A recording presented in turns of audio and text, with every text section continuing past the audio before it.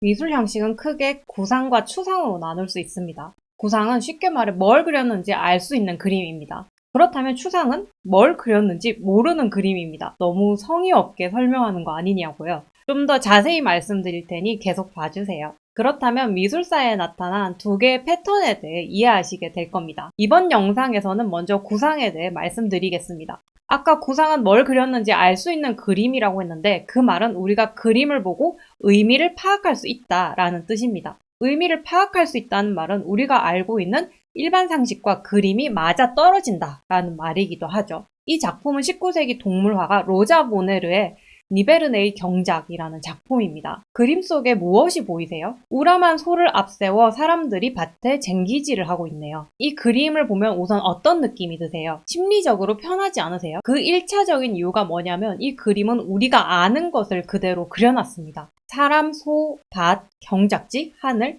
다 우리가 알고 있고 봤던 것들이죠. 그래서 그림을 보는데 막힘이 없습니다. 그런데 원시 시대에도 정확히 딱 이런 그림이 있었습니다.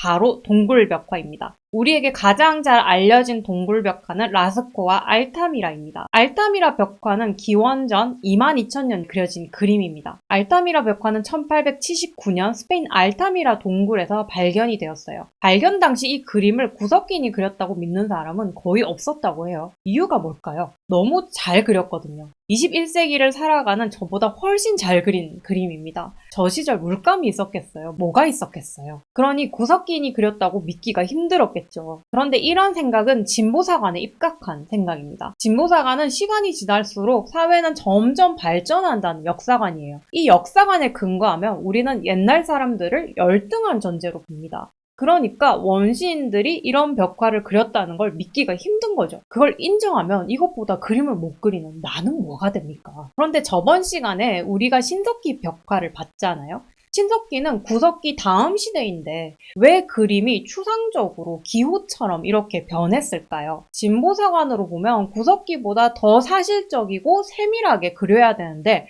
왜 기술이 퇴화한 것처럼 보이지? 이걸 통해 미술과 역사는 시간에 따른 기술 발전의 문제가 아니라는 걸 알 수 있습니다. 그럼 미술과 역사는 무엇을 근거로 움직이고 있는 걸까요? 바로 인간의 욕망입니다. 욕망이란 내가 무언가 부족함을 느끼고 그걸 채우고자 하는 마음입니다. 욕구와는 다르죠. 욕구는 배가 고프면 밥을 먹으면 채워지지만 욕망은 좀 더 맛있는 음식을 먹고 싶다 하는 마음으로 절대 채워지지 않습니다. 그러니 욕구와 욕망은 채워지냐 채워지지 않냐의 차이인 거죠. 인간의 역사가 계속 진행되고 새로운 예술이 늘 등장하는 것도 인간은 욕망하는 존재이기 때문입니다. 그리고 시대마다 개인마다 욕망은 다 다르죠. 그래서 역사를 볼 때도 사회 발전이나 기술 발전을 근거로 볼 게 아니라 이 시대 사람들은 어떤 욕망을 지니고 있었는지 파악하는지가 훨씬 중요합니다.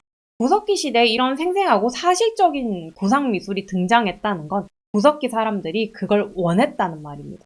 우리는 흔히 구석기인들이 주술의 목적으로 그림을 그렸다고 알고 있습니다. 그런데 정말 그럴까요? 주술은 일종의 마술이자 마법으로 일상의 문제를 마술적 힘을 빌려 해결한다라는 의미를 담고 있습니다. 구석기 미술이 주술 때문에 그려졌다라고 하면 주술 인형처럼 대충 소 모양을 만들어서 기도하면 되지 않나요? 굳이 소를 똑같이 그려야 되나요? 여기서 우리가 주목해야 할 건 구석기인들이 소를 눈에 보이는 대로 똑같이 사실적으로 그렸다는 겁니다. 이 사람들은 왜 사실적으로 그림을 그렸을까요? 추론해 보자면 구석기 사람들은 소를 똑같이 그리면 그림 속의 소랑 똑같은 게 잡힐 거라고 생각했을 가능성이 큽니다. 그 말은 그림 속 소와 현실의 소가 연결돼 있다라는 뜻이에요. 별개가 아니라는 거죠. 좀 더 쉽게 말씀드리겠습니다. 시크릿이라는 책 들어보셨나요? 전 세계적으로 엄청나게 팔린 자기계발서인데 이 책의 요지는 생생하게 생각하면 이루어진다라는 겁니다.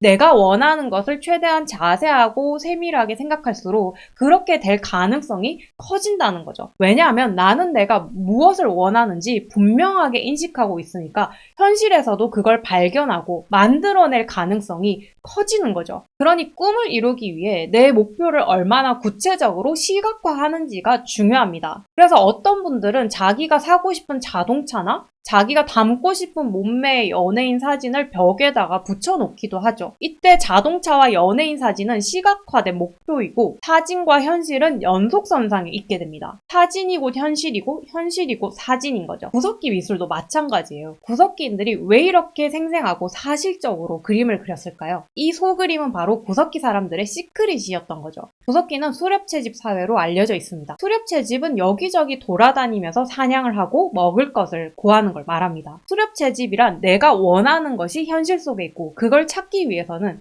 주위를 유심히 살펴봐야 됩니다. 이때 세상과 나는 대립하는 관계가 아니라 연결된 관계인 거죠. 우리가 시크릿을 하기 위해서는 우리는 내 꿈과 현실이 연결돼 있다고 믿어야 됩니다. 그래야 꿈이 곧 현실이 되니까요.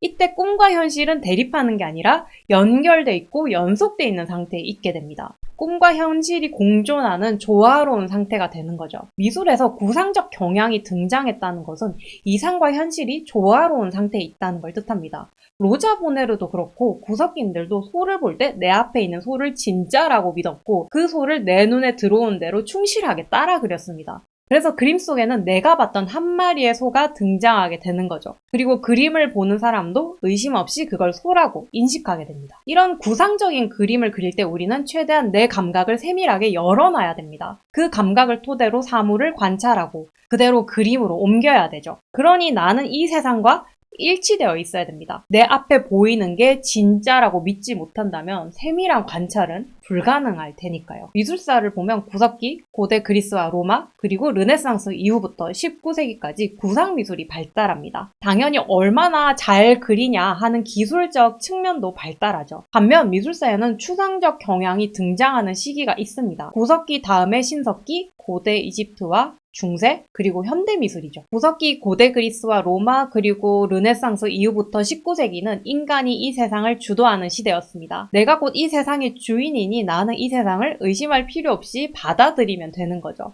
이때 미술은 구상적 경향을 따라갑니다. 반대로 신석기와 고대 이집트 그리고 중세는 신이 주도하던 시대였습니다. 종교와 신은 눈에 보이지 않죠. 눈에 보이지 않기 때문에 신은 정신적이고 추상적이라는 뜻이기도 합니다. 그런 상황에서 사람들은 내 눈앞에 보이는 게 전부가 아닐 거라는 생각을 하게 됩니다. 이런 경향이 미술에서 추상으로 등장하게 됩니다. 반면 현대미술에 나타난 추상적 경향은 20세기 특유의 새로운 사회와 관련이 있습니다. 다음 영상에서는 미술에 나타난 추상적 경향을 살펴보겠습니다. 그렇다면 구상과 추상을 통해 미술의 패턴과 인간의 두 욕망에 대해 이해하시게 될 거예요. 시청해주셔서 감사합니다.